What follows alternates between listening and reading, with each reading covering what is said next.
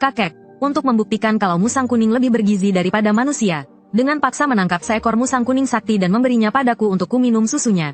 Dan aku, yang baru lahir, benar-benar merangkak ke sana dan menyusu dengan lahap. Keesokan harinya, terjadi wabah tikus besar di desa. Ayam dan bebek penduduk desa dicuri habis. Dan 2 penduduk desa yang pergi ke gunung untuk mencari tanaman obat jatuh dan mati secara misterius. Penduduk desa mengira kakekku yang menangkap musang kuning dan memberinya padaku untuk ku minum susunya lah yang menyebabkan semua ini. Mereka berkali-kali memintaku dibakar sebagai persembahan untuk musang kuning. Saat konflik antara keluargaku dan penduduk desa mencapai puncaknya, terjadi sesuatu yang membuat semua penduduk desa ketakutan. Siang itu, ratusan mobil mewah berbaris dari pintu masuk desa sampai ke depan rumahku. Alasannya sederhana, King Maguisou, yang telah pensiun selama 5 tahun, memutuskan untuk kembali dan meramal sekali lagi. Saat itulah, keluargaku baru tahu kalau kakek ternyata adalah King Maguisou yang dulu terkenal. Hampir semua orang yang datang untuk meminta kakek meramal hari itu adalah tokoh politik, pengusaha, dan ahli Feng Shui. Mereka semua ingin mendapatkan ramalan terakhir kakek. Lagi pula, kakek telah meramal ribuan kali sepanjang hidupnya dan tidak pernah salah. Dan meramal lagi setelah pensiun akan mengurangi umurnya. Orang yang mendapatkan ramalan ini juga akan terkena dampak dari berkurangnya umur kakek. Itulah sebabnya mereka berebut untuk mendapatkannya. Satu-satunya permintaan kakek adalah, mereka harus membawa bayi perempuan seusiaku. Dia akan memilih satu untuk dijodohkan denganku. Dan ramalan terakhirnya akan diberikan kepada keluarga itu. Namun, yang akhirnya mendapatkan ramalan ini bukanlah orang dalam, melainkan Ye Qingsan dari keluarga sederhana di kota Xijiang. Setelah mendapatkan ramalan kakek, Ye Qingsan menjodohkanku dengan putrinya yang 3 bulan lebih muda dariku. Sejak itu, aku memiliki istri bernama Ye Hongyu. Kakek dan Ye Qingsan sepakat bahwa kami baru boleh bertemu pada hari ulang tahunku yang ke-21. Dan aku akan dibawa ke keluarga Ye sebagai menantu. Anehnya, sejak saat itu, desa menjadi tenteram dan makmur. Namun, kesehatan kakek semakin memburuk. Meskipun baru berusia 60-an, dia tampak seperti berusia 70 atau 80 tahun. Saat aku berumur 10 tahun, kakek memanggilku ke gunung belakang. Dengan tangan di belakang punggungnya dan ekspresi serius, dia bertanya padaku, "Apakah kamu siap menjadi penerus ke-17? Keluarga Mai?" Aku mengangguk dengan gembira. Ini adalah sesuatu yang selalu kuinginkan. Melihat itu, kakek menghela nafas dengan sedih. Meramal dan membaca nasib adalah mengintip rahasia surga, dan ditakdirkan untuk menderita Wubi Sanke, 5 cacat dan 3 kekurangan. Oleh karena itu, para peramal sejati seringkali tuli, buta, atau meninggal dengan tragis. Tapi aku terlahir dengan Wubi Sanke, yang membuat kakek, yang berencana untuk mengakhiri tradisi ini, memutuskan untuk mewariskan mantelnya kepadaku. Hari itu, aku berlutut di puncak gunung dan bersujud 3 kali. Sujud pertama untuk Dewa Langit dan Bumi, sujud kedua untuk roh-roh yang bergentayangan, dan sujud ketiga untuk leluhur. Sejak saat itu, aku menjadi penerus ke-17 keluarga Mai. Pada usia 14 tahun, aku telah menguasai teknik Sun Long Zuomai, mencari naga dan menangkap nadi, yang baru dikuasai kakek pada usia 35 tahun. Namun, kakek melarangku keras untuk meramal sebelum usia 21 tahun. Dia bilang jika aku melanggarnya, semua usahanya akan sia-sia. Memiliki kemampuan tetapi tidak bisa menggunakannya, membuatku merasa tidak berdaya dan frustrasi. Waktu berlalu dengan cepat, tanpa terasa. Aku sudah 18 tahun. Suatu hari, aku menyadari aku menyukai seorang gadis bernama Zhang Ya, yang wajahnya tampak pucat. Di sudut kanan mulutnya, sekitar 2 cm, ada bintik merah samar. Ini pertanda nasib buruk. Sehari kemudian, dalam perjalanan pulang sekolah, dia diseret oleh Ersazi, pemuda dungu di desa, ke ladang jagung. Hari itu, aku sangat tersiksa. Aku merasa seperti kaki tangan. Aku tak berani menemui Zhang Ya, hanya memperhatikannya diam-diam. Saat kulihat cahaya di bahu kanannya berkedip, aku tahu dia tak tahan menanggung malu dan ingin bunuh diri. Saat itu, aku tak bisa menahan diri lagi. Diam-diam aku menemui ayah Zhang Ya, dan memintanya untuk menjaga putrinya baik-baik. Zhang Ya akhirnya diselamatkan, tapi aku jatuh sakit parah dan tak sadarkan diri. 3 hari kemudian, aku baru terbangun. Saat terbangun, aku menerima kabar buruk. Kakek meninggal. Saat itu aku baru 18 tahun. Kehilangan kakek yang sangat menyayangiku. Ibuku bilang, di hari kedua aku sakit. Kakek pergi sendirian ke pemakaman di belakang gunung. Dia mencari tempat dengan feng shui terburuk, dan menggali lubang untuk mengubur dirinya hidup-hidup. Aku tahu kakek melakukan itu untuk menyelamatkanku. Dia memberikan sisa hidupnya untuk cucunya. Kejadian ini sangat memukulku. Aku merasa akulah yang menyebabkan kematian kakek. Sejak itu, aku berhenti sekolah, dan tinggal sendirian di rumah tua kakek, mempelajari ilmu feng shui yang diwariskannya padaku. Ada keyakinan lain yang menopangku, yaitu istriku, Ye Hongyu. Kakek bilang hanya dia yang bisa mengatasi kutukanku. Akhirnya, di hari ulang tahunku yang ke-21, sebuah mobil Mercedes-Benz seharga miliaran rupiah berhenti di depan rumahku. Hari itu, aku malu-malu seperti gadis remaja dan bersembunyi di dalam rumah. Aku hanya mengintip dari jendela. Kulihat seorang wanita cantik dan muda keluar dari mobil. Dia adalah istriku, Ye Hongyu. Ayah, cepat turun. Yakin ini tempatnya? Orang hebat yang kau ceritakan tinggal di rumah sederhana seperti ini? Dia tidak terdengar meremehkan, hanya penasaran. Tak lama, seorang pria parubaya keluar dari mobil sambil tersenyum. Ya, ini tempatnya. Meskipun Feng Shui tidak populer lagi sekarang, dulu sangat terkenal. Percaya atau tidak, jalan yang kau pijak ini pernah dilewati oleh orang terkaya di 3 provinsi. Tuan Ma, pria parubaya ini adalah Ye Qingsan, yang dulu mendapat ramalan terakhir dari kakekku. Tapi sekarang dia sudah jauh berbeda. Dia sekarang adalah orang terkaya di kota Xijiang. Aku terbiasa melihat wajah Ye Qingsan. Dari wajahnya, dia tidak ditakdirkan untuk kaya raya. Tapi ujung alisnya jelas telah dioperasi. Tidak hanya tanam alis, kulit di sekitar pelipisnya juga ditarik. Pantas saja nasibnya berubah. Aku pikir dia pasti mendapat petunjuk dari kakekku. Saat itu, ibuku keluar dan menyambut mereka dengan ramah. Lalu ibuku memanggilku untuk keluar menyambut mereka. Dengan wajah memerah, aku pun keluar. Ye Hongyu memperhatikanku dari atas sampai bawah. Tiba-tiba dia bertanya namaku. Aku menggaruk kepalaku dan bergumam, Pen Huangpi, nama yang diberikan kakekku. Mendengar namaku, dia tertawa terbahak-bahak. Ku dengar kakekmu adalah seorang ahli Feng Shui. Jadi, kau bisa membaca wajah? Aku mengangguk. Kalau begitu, coba lihat apakah pernikahan kita akan berhasil? Ye Hongyu tertawa kecil dan terus bertanya, jangan sembarangan melihat. Kita belum resmi menikah. Aku menggelengkan kepala dengan sungguh-sungguh dan berkata dengan serius. Kakek pernah bilang padaku, setelah aku berumur 21 tahun, aku bisa meramal orang lain. Tapi aku harus menunggu sampai aku dan Ye Hongyu resmi menikah baru bisa meramal keluarga Ye. Mendengar itu, Ye Hongyu tersenyum kecil. Meskipun kau benar-benar bisa, aku tidak percaya. Di kota besar kami, hal ini sudah tidak populer lagi. Ini tahayul. Aku tidak berdebat dengannya. Hanya saja aku tiba-tiba merasa kedatangan ayah dan anak perempuannya hari ini tidak sesederhana itu. Tak lama kemudian, ibuku selesai memasak. Di meja makan, aku diam saja. Ye Hongyu, di sisi lain, seperti peri kecil, terus bercerita betapa berwarna-warninya dunia luar, dan menyuruhku untuk lebih sering keluar. Setelah makan dan minum, Ye Qingsan tiba-tiba berkata kepada ibuku, Kak ipar, kakek Chen sudah meninggal beberapa tahun. Dulu putriku dan putramu dijodohkan. Tapi sekarang zaman sudah berbeda. Semua orang menganjurkan kebebasan menikah. Bagaimana kalau kita batalkan perjodohan ini? Mendengar ini, wajah ibuku langsung pucat. Dia tercengang dan tidak tahu harus berbuat apa. Aku pun langsung berdiri, dan berkata dengan tegas, tidak bisa. Meskipun aku menyukai penampilan Ye Hongyu, aku bukan orang yang tidak tahu malu. Jika dia tidak menyukaiku, aku tidak akan memaksanya. Tapi ini diatur oleh kakek dengan menggunakan keberuntungannya sendiri. Aku tidak bisa menghancurkan rencana kakek. Ye Hongyu mengira aku ingin memaksanya. Dia buru-buru berkata kepadaku, Kak Huangpi, kau kurang berpendidikan. Pemikiranmu tradisional dan kolot. Kau sama sekali tidak tahu seperti apa dunia luar. Aku baru saja lulus kuliah. Sedangkan kau bahkan belum lulus SMA. Aku tidak bermaksud meremehkanmu, tapi kita benar-benar tidak memiliki kesamaan. Suasana menjadi canggung. Beberapa saat kemudian, Ye Qingsan berdiri. Dia meletakkan sebuah koper berkode di atas meja dan berkata dengan lembut. Meskipun aku tidak tahu apakah kesuksesanku ada hubungannya dengan dia. Tapi aku, Ye Qingsan, bukan orang yang ingkar janji. Ada 1 juta tunai di sini. Anggap saja sebagai kompensasi dari keluarga Ye karena membatalkan perjodohan. Ibuku adalah seorang wanita desa Tulen. Mendengar angka 1 juta, dia terkejut. Aku tidak peduli dengan uang. Aku tidak menginginkan 1 juta ini. Tapi kakek juga pernah bilang, jangan memaksakan segala sesuatu. Ditambah lagi dengan sifatku yang keras kepala. Aku bergumam, baiklah. Ye Qingsan tersenyum puas dan mengeluarkan surat pembatalan perjodohan untuk kutandatangani. Aku memegang pena dan bertanya kepadanya dengan serius. Tapi aku tetap ingin mengingatkan kalian. Kakekku bukan orang sembarangan. Apa kau sudah memikirkan konsekuensinya jika menghancurkan sesuatu yang telah beliau tetapkan? Kau sudah memikirkan akibatnya? Ye Qingsan berkata dengan acuh tak acuh. Tidak masalah, aku berani datang untuk membatalkan pertunangan. Apalagi yang aku takutkan? Huangpi, tenang saja, kalaupun ada masalah, itu urusan keluargaku. Tidak ada hubungannya denganmu. Dengan pasrah, aku menandatangani surat itu. Begitu selesai menandatangani, aku melihat sekilas aura hitam melintasi dahi Ye Qingsan. Ini pertanda buruk, tapi aku tidak bisa memberitahunya. Tak lama kemudian, ayah dan anak perempuan keluarga Ye berpamitan untuk pergi. Sebelum pergi, Ye Hongyu memberiku informasi kontaknya, dan memintaku untuk menemuinya jika ada waktu. Aku berdiri di pintu, mengantar kepergian mobil mereka. Saat mobil mereka baru saja berjalan tidak jauh, aku melihat seekor musang tiba-tiba menyelinap ke kolong mobil. Ia bersembunyi di bawah kolong. Kedua matanya yang aneh melirik ke arahku. Ini bukan musang biasa, melainkan Huang Daxian asli dengan bulu yang hampir kebiruan. Melihat pemandangan ini, aku merasa ada yang tidak beres. Keluarga Ye mungkin akan mengalami masalah besar. Rubah, musang, landap. ular, dan tikus adalah 5 makhluk sakti di timur laut.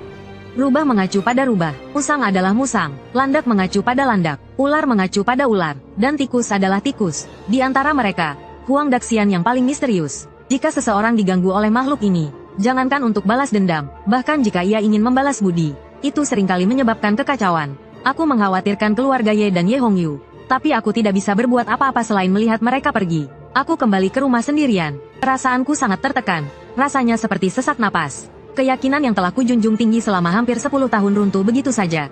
Untuk sementara, aku benar-benar tidak bisa menerimanya. Akhirnya, aku mengambil koin tembaga dan pergi ke makam kakek. Aku memutuskan untuk meramal nasibku sendiri di depan kakek. Di bawah pohon yang tenang dan angin yang berhenti, aku langsung melemparkan koin untuk memulai ramalan. Saat aku melihat hasil ramalan utama, aku benar-benar bingung, bahkan sempat meragukan apakah ini benar-benar ramalanku. Ini adalah ramalan Gui Mei yang sangat buruk. Ini adalah ramalan yang sangat buruk. Ramalan itu berbunyi, Lei Ze Gui Mei, pernikahan bertemu dengan petir di atas rawa. Seperti air dan api yang saling bertentangan. Jalan di depan berbahaya dan tidak menguntungkan. Berhentilah segera, jangan ragu.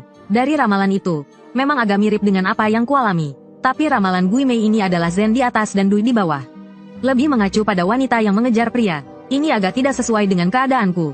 Namun, aku tidak terus memikirkan ramalan itu, melainkan melanjutkan menafsirkannya. Karena dalam ramalan utama ini masih tersembunyi 2 ramalan perubahan. Ramalan perubahan pertama adalah Lei Sui Jie, Zen di atas dan Kan di bawah, ramalan menengah ke atas. Artinya aku harus melupakan pernikahan sebelumnya, dan pergi ke arah barat daya untuk mendapatkan kedamaian dan kesempatan baru. Ramalan perubahan kedua adalah Sui Ze Jie, ramalan yang sangat baik. Tidak ada pantangan, bahkan ada tanda-tanda mencapai kesuksesan besar. Tapi dari ramalan itu, aku harus pergi. Ketenaran datang dari kepercayaan, artinya aku harus tetap setia pada tujuan awalku dan menyelesaikan apa yang sudah dimulai. Secara proaktif menyelesaikan krisis, melihat ramalan yang misterius ini, aku sudah membuat keputusan. Setelah memberi hormat 3 kali kepada kakek, aku bersiap untuk pulang dan berkemas ke kota Xinjiang untuk mencari Ye Hongyu. Tapi begitu aku memasuki ruang tamu, aku menemukan seorang wanita muda berdiri di dalam. Aku kenal wanita ini, namanya Song Miao Miao. Dia putri seorang pria kaya dari desa sebelah. Aku dan Song Miao Miao tidak pernah berinteraksi. Melihat kotak kayu kuno yang dipegangnya, aku bertanya pada ibuku dengan bingung apa yang terjadi. Ibuku mengedipkan mata padaku dan berkata dengan gembira, Huang Pi, kamu beruntung. Song Miao Miao datang untuk melamarmu. Dia ingin menikah denganmu. Mendengar itu, aku langsung tercengang. Aku dikenal sebagai orang yang membawa sial di desa. Dan fakta bahwa aku adalah generasi ke-17 pewaris Mayi, hanya kakek yang tahu. Seharusnya, gadis seperti Song Miao Miao tidak mungkin tertarik padaku. Masih bengong, cepat terima lamarannya. Apa kamu masih memikirkan angsa di kota? Sadarlah, menurutku Miao Miao jauh lebih baik daripada gadis kota. Bukannya aku meremehkan Song Miao Miao. Dia juga cantik dan menarik. Aku hanya memikirkan ramalan yang kulihat di makam kakek tadi. Ramalan sial Gui Mei. Saat itu aku belum mengerti bagaimana bisa ada wanita yang mengejar pria. Sekarang ramalan itu menjadi kenyataan. Karena ini adalah ramalan yang sangat buruk. Aku jadi curiga. Perlahan aku berjalan menuju Song Miao Miao. Dan menerima kotak kayu merah darinya. Begitu aku memegangnya, tubuhku menegang. Astaga, berat sekali. Tapi ini bukan berat dalam arti sebenarnya. Ini karena aku diam-diam mengalirkan energi Suan yang dalam tubuhku. Energi Suan bertemu dengan energi jahat. Itulah mengapa kotak itu terasa berat. Tanpa ragu, aku membuka kotak itu. Setelah melihat isinya, aku terkejut. Liontin panjang umur, mutiara malam, pil Guifei. Kotak itu berisi barang-barang yang hampir punah di pasaran, dan semuanya barang antik berusia setidaknya ratusan tahun. Meskipun keluarga Song kaya, mereka tidak mungkin sekaya ini. Aku mengendus sedikit, dan langsung mencium bau mayat. Barang-barang ini jelas baru saja dicuri dari makam. Memang ada beberapa makam besar di bukit belakang, tapi orang yang masuk ke sana tidak akan pernah kembali. Ini membuatku bingung. Dari mana Song Miao Miao mendapatkan barang-barang ini? Huang Pi, masih bengong? Ajak Miao Miao duduk di dalam. Ibuku melihatku melamun, dan mengingatkan aku dengan nada tidak senang. Bu, buka matamu lebar-lebar, dan lihat baik-baik siapa dia. Aku membentak dingin. Tiba-tiba aku meraih pergelangan tangan Song Miao Miao, dan menariknya keluar dari rumah. Begitu aku memegang pergelangan tangannya, aku merasakan hawa dingin menyergapku. Aku segera menekannya dengan ki positifku. Kami berdua berdiri di luar rumah. Ibu melirik kami dengan bingung dan berkata, Huang Pi, apa yang kau lakukan? Dia Song Miao Miao, putri keluarga Song Changgen. Aku mencibir. Bu, lihat baik-baik bayangannya. Lihat, apa itu? Bayangan Song Miao Miao di tanah tampak sangat aneh. Itu bukan bayangan manusia, itu jelas bayangan musang kuning. Ibuku menjerit ketika menyadari hal itu. Bersamaan dengan jeritan ibuku, Song Miao Miao tiba-tiba menegang dan langsung berlari. Cara larinya sangat aneh. Dia berlari dengan ujung jari kakinya. Tetapi larinya sangat cepat. Tentu saja aku tidak akan membiarkannya kabur begitu saja. Song Miao Miao tidak mati. Dia hanya dikendalikan. Aku segera mengejar Song Miao Miao. Saat aku berada di belakangnya, aku segera menempelkan jimat pengusir iblis di tengkuknya. Aku menggoyangkan lonceng tembaga di tangan kiriku dan membaca mantra dalam hati. Iblis bersembunyi. Jimat ini melacak dan menghancurkan. Begitu mantra selesai dibaca, tubuh Song Miao Miao tiba-tiba menegang. Kemudian, seperti batang kayu, dia jatuh ke tanah. Kemudian, dari semak-semak di dekat situ, muncul seekor musang kuning besar. Ia menggeram padaku beberapa kali, lalu kabur. Yang ini berbeda dengan yang sebelumnya. Bulu-bulunya berwarna kuning, jelas betina. Aku pikir ini pasti pasangan dari yang sebelumnya. Aku tidak membunuhnya. Musang kuning sangat pendendam. Aku mungkin bisa membunuh satu, tetapi masih banyak keturunannya, dan aku akan segera pergi. Aku tidak ingin menambah masalah bagi ibuku dan desa. Lalu aku membawa semangkok air, membakar jimat pengusir iblis menjadi abu, melautkannya dalam air, dan memberikannya kepada Song Miao Miao untuk diminum. Tidak lama kemudian, dia bangun. Dia tampak bingung dan tidak tahu apa yang terjadi. Aku tidak memberitahunya. Takut membuatnya ketakutan. Setelah Song Miao Miao pergi, aku mencari tempat untuk menguburkan mahar musang kuning itu. Aku tidak boleh menyentuhnya. Jika ku sentuh, takdirku akan menjadi rumit. Saat aku kembali ke rumah, ibuku duduk termenung di dalam. Dia baru menyadari bahwa aku sama seperti kakek. Bu, jalanku sebenarnya sudah disiapkan oleh kakek. Aku harus meninggalkan desa. Ibu tidak banyak bertanya, hanya berkata dengan enggan. Pergilah, Huang Pi, jangan mempermalukan kakekmu. Setelah mengambil barang bawaanku, aku langsung pergi. Begitu aku keluar dari halaman rumah, suara ibuku tiba-tiba terdengar. Nanti kalau sudah menetap, bawa gadis kota itu kemari untuk ibu lihat. Ibu sebenarnya menyukainya. Setelah 5 jam lebih naik kereta api, aku tiba di kota Xijiang. Sesampainya di kota besar, aku baru menyadari bahwa aku mudah beradaptasi. Aku segera menemukan sebuah jalan tua. Jalan yang disebut Jalan Xiaofeng ini adalah jalan pemakaman. Ada toko-toko yang menjual perlengkapan pemakaman. Ada juga toko peramal. Kebetulan ada toko yang disewakan di ujung Jalan Xiaofeng. Aku menghubungi pemiliknya dan menyewanya. Lagi pula, aku harus menetap dulu. Setelah menetap, aku mencari alamat keluarga Ye yang diberikan Ye Hongyu. Saat melihat rumah keluarga Ye, meskipun aku sudah siap mental, aku tetap terkejut. Ini bukan lagi villa, melainkan sebuah perkebunan. Setelah mengamati lingkungan sekitar, aku sadar telah dibohongi Ye Qingsan. Dia tidak mungkin tidak percaya Feng Shui. Karena jika dia tidak meminta ahli Feng Shui yang handal, dia tidak mungkin membangun rumahnya di sini. Perkebunan ini dibangun di kaki gunung, dengan Gunung Qinglong yang megah di belakangnya. Konon, pada masa dinasti Song, pernah terjadi fenomena aneh naga hijau menarik peti mati di sini. Ahli Feng Shui kerajaan saat itu, Zhang Zaoran, meyakini ini adalah tempat yang baik dengan nadi naga. Setelah meninggal, ia memilih tempat ini sebagai makamnya, berharap keturunannya akan menjadi kaisar. Namun, hasilnya tidak seperti yang diharapkan. Pada generasi cucunya, keluarganya melakukan kejahatan dan dihukum mati. Konon, karena mereka tidak mampu mengendalikan kekuatan naga di sini. Jika orang biasa dimakamkan di sini, keturunannya tidak akan berakhir dengan baik. Aku menyelidiki di kaki gunung, dan memastikan tempat ini memang tidak cocok untuk membangun rumah. Bukan karena tidak ada nadi atau energi di sini. Sebaliknya, ada tanda-tanda nadi naga di gunung. Tetapi tempat ini juga menyimpan energi yin. Sangat sulit untuk menangkap nadinya. Kemungkinan besar, membangun rumah di sini akan membawa sial. Namun, rumah Ye Qingsan berbeda. Dia pasti telah mendapat petunjuk dari seorang ahli. Dia tidak membangun rumahnya tepat di atas nadi naga, tetapi sedikit menjauh, menghindari tempat yang menyimpan energi yin. Dengan demikian, ia masih bisa mendapatkan sedikit energi Feng Shui yang baik. Selain itu, di sebelah tenggara rumah Ye Qingsan, ada danau buatan. Danau ini memblokir dan menyerap energi yin dari Gunung Qinglong. Tetapi jika Ye Qingsan percaya Feng Shui, mengapa dia berbohong kepadaku bahwa dia tidak percaya? Saat aku sedang bingung, aku melihat Ye Qingsan dan seorang pria tua keluar dari perkebunan. Guru Shen, aku sudah membatalkan pertunangan dengan keluarga Chen. Sejujurnya, aku merasa gelisah beberapa hari ini. Jika terjadi sesuatu, Anda harus melindungiku. Anda tahu, reputasi tangan Rami Hijau tidak bisa diremehkan. Aku takut dia punya rencana cadangan. Pria tua yang dipanggil Guru Shen mengangkat alisnya, dan berkata dengan nada meremehkan, jika Chen Yan masih hidup, aku tidak akan membiarkanmu melakukan ini.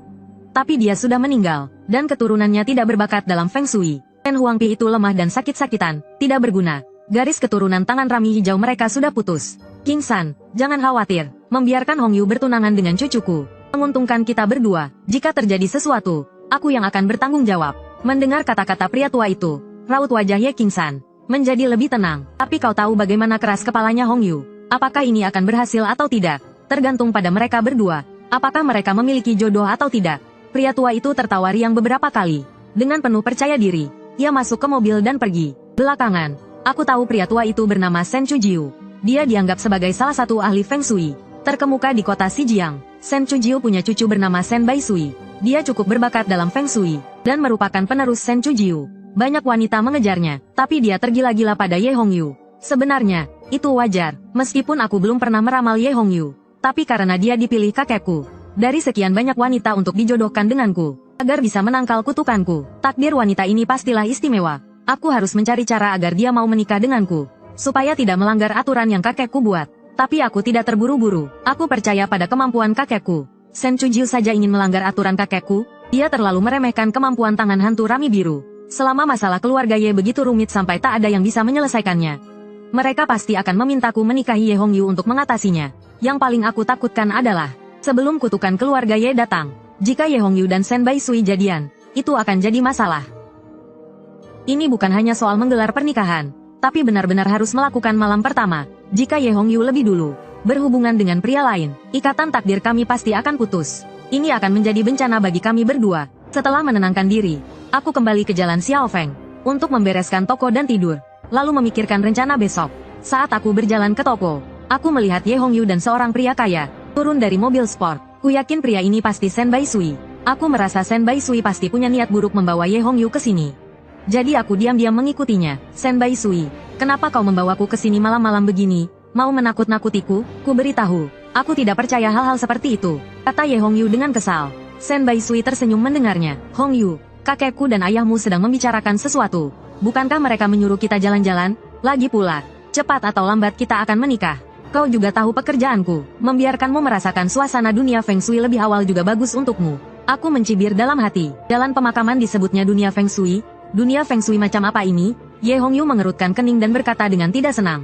Shen Baisui, jangan sembarangan bicara tentang hubungan kita. Aku sudah punya tunangan. Tunangan? Kau bicara tentang Chen Huangpi, si sakit-sakitan itu?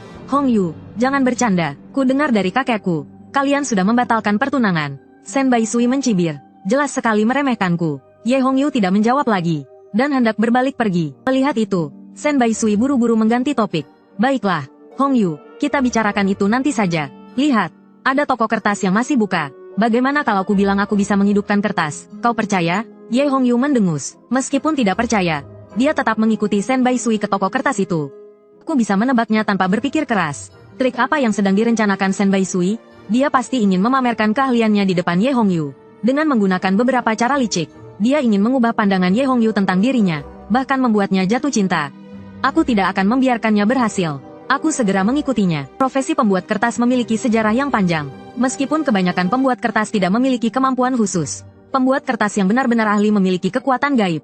Misalnya, mereka bisa memasukkan roh gentayangan ke dalam boneka kertas dan menghidupkannya. Kakekku pernah menceritakan kisah tentang seorang pembuat kertas yang benar-benar sakti. Suatu hari, dia bepergian ke sebuah kota kecil di selatan dan ingin meminta air minum.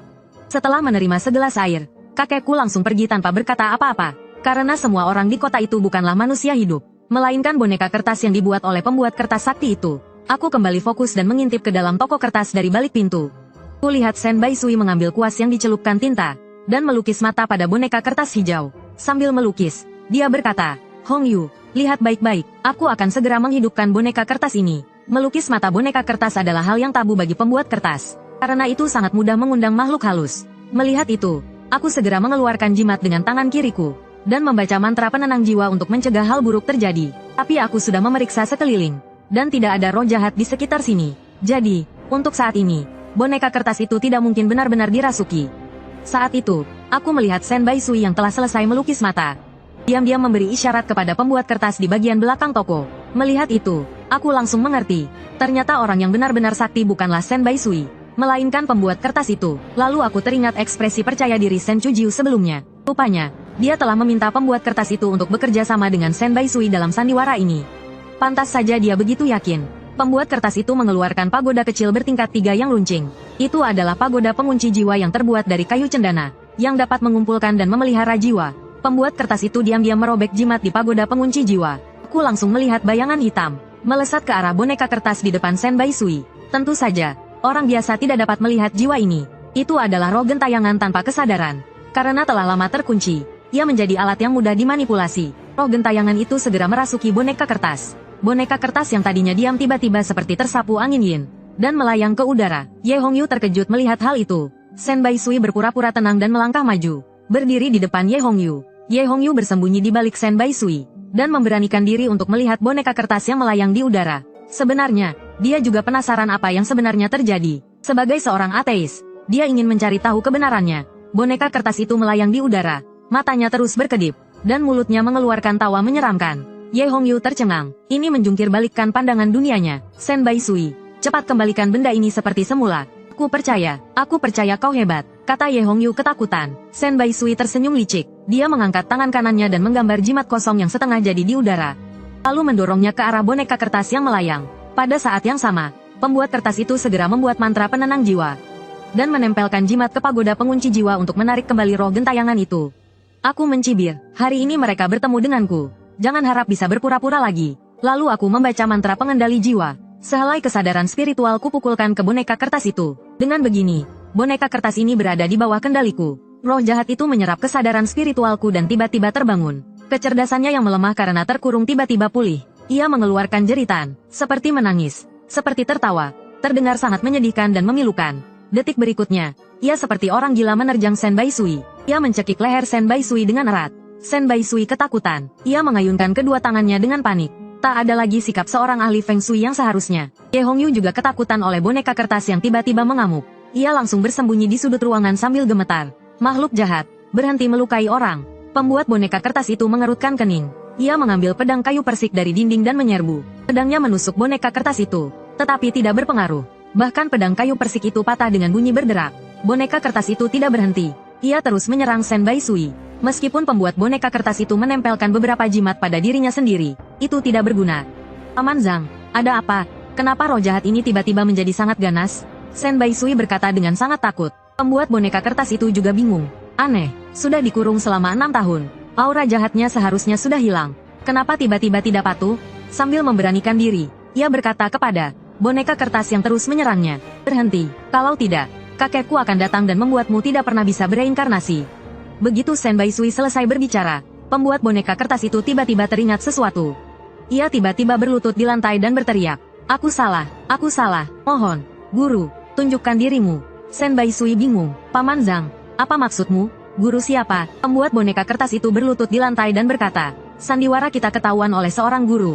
Dia sedang menghukum kita, Baisui, cepat berlutut, kalau tidak, kita akan celaka hari ini. Meskipun Shen Baisui sombong, nyawanya lebih penting. Ia segera berlutut. Guru, mohon tunjukkan dirimu. Keduanya berkata bersamaan. Mendengar itu, aku berjalan keluar dari pintu dan melangkah masuk. Shen Baisui melihat seseorang yang lebih muda darinya keluar, dan tidak menganggapku serius. Ia melihat ke belakangku dan berkata dengan tidak senang. Siapa kau? Minggir, jangan halangi jalan guru.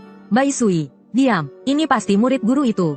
Pembuat boneka kertas itu menghentikan Shen Baisui dan berkata kepadaku, Tuan muda, tolong minta gurumu untuk menghentikan kekuatan gaib ini. Saat itu, Ye Hongyu yang bersembunyi di sudut tiba-tiba berseru. Kak Huangpi, kenapa kau di sini? Berbahaya di sini. Cepat lari. Ye Hongyu berdiri di depanku. Sepertinya lupa akan rasa takutnya. Mata besarnya yang jernih dipenuhi kekhawatiran. Tidak apa-apa, aku bisa menangani ini. Aku berkata dengan lembut. Jadi kau si Chen Huangpi yang sakit-sakitan itu? Tidak seperti yang dikatakan Hongyu. Jujur dan sederhana. Masih bisa berlaga juga. Lihat aku muncul. Shen Baisui melupakan rasa takutnya, dan langsung mengejekku. Setelah selesai berbicara, dia secara refleks berdiri. Jelas tidak ingin terlihat lebih pendek dariku. Begitu dia berdiri, boneka kertas itu menyerangnya seperti orang gila, memukul kepalanya dan menarik rambutnya. Huangpi Ge, jangan dekati itu. Benda itu ganas sekali. Ye Hongyu kembali ketakutan. Jelas tidak percaya aku mampu menghadapinya. Aku tersenyum dan berjalan langsung ke arah boneka kertas yang melayang itu. Shen Baisui menundukkan kepalanya dan menatapku dengan ekspresi gembira di atas penderitaan orang lain. Jelas dia berharap boneka kertas itu akan membunuhku. Aku mengambil jimat penenang jiwa yang sudah kusiapkan. Selama ditempelkan pada boneka kertas itu, jiwa yang tersesat ini akan hancur berkeping-keping. Boneka kertas itu melihatku. Awalnya diam sejenak, tapi dengan cepat menjadi ganas lagi. Melihat tatapan kosongnya yang tanpa aura, aku menggelengkan kepala tanpa daya. Kau hanya sebuah alat. Karena berjodoh bertemu denganku hari ini, aku tidak akan membunuhmu. Aku akan membebaskanmu. Chen Huangpi, kau tidak bisa melawan roh jahat ini. Jadi kau mencari alasan. Sungguh suka menyombongkan diri. Shen Baisui tertawa terbahak-bahak. Dia juga mempelajari Feng Shui. Jadi dia tahu membebaskan hantu lebih sulit daripada membunuhnya. Aku mengabaikannya. Menangkupkan kedua tanganku dan membaca mantra penyeberangan. Perintah penyelamatan Taisang. Bebaskan jiwa yang tersesat ini. Semua hantu dan setan. Perintah penyelamatan untuk semua, segera seberangi. Setelah selesai membaca, aku mengangkat jari telunjuk tangan kananku dan tiba-tiba menunjuk ke titik di antara alis boneka kertas itu. Ditusuk oleh jariku, boneka kertas yang mengamuk itu tiba-tiba menjadi tenang. Ia melayang di udara tanpa bergerak. Perlahan-lahan, sudut mulutnya terangkat, memperlihatkan senyum damai. Sambil tersenyum, ia menangis. Mungkin ia mengingat kehidupan masa lalunya, mengingat kerabatnya yang masih hidup dan merasa enggan untuk pergi. Tiba-tiba, ia yang melayang di udara itu berlutut, membungkuk dengan hormat ke arahku. Pergilah, aku berkata dengan tenang. Boneka kertas itu langsung terbakar. Sekitar setengah menit kemudian, ia berubah menjadi abu dan asap. Tuan muda hebat, terima kasih atas pertolongannya. Bolehkah aku tahu nama gurumu? Pembuat boneka kertas itu menghela nafas lega, berdiri dan berterima kasih padaku. Namun, dia masih berpikir guruku yang diam-diam membantuku. Karena aku masih sangat muda, dan seharusnya tidak memiliki kemampuan seperti itu. Aku tidak membenarkan atau menyangkal, hanya berkata padanya, keahlian yang kupelajari bukanlah untukmu pamer dan menipu orang lain. Jika terjadi lagi, aku juga tidak bisa membantumu.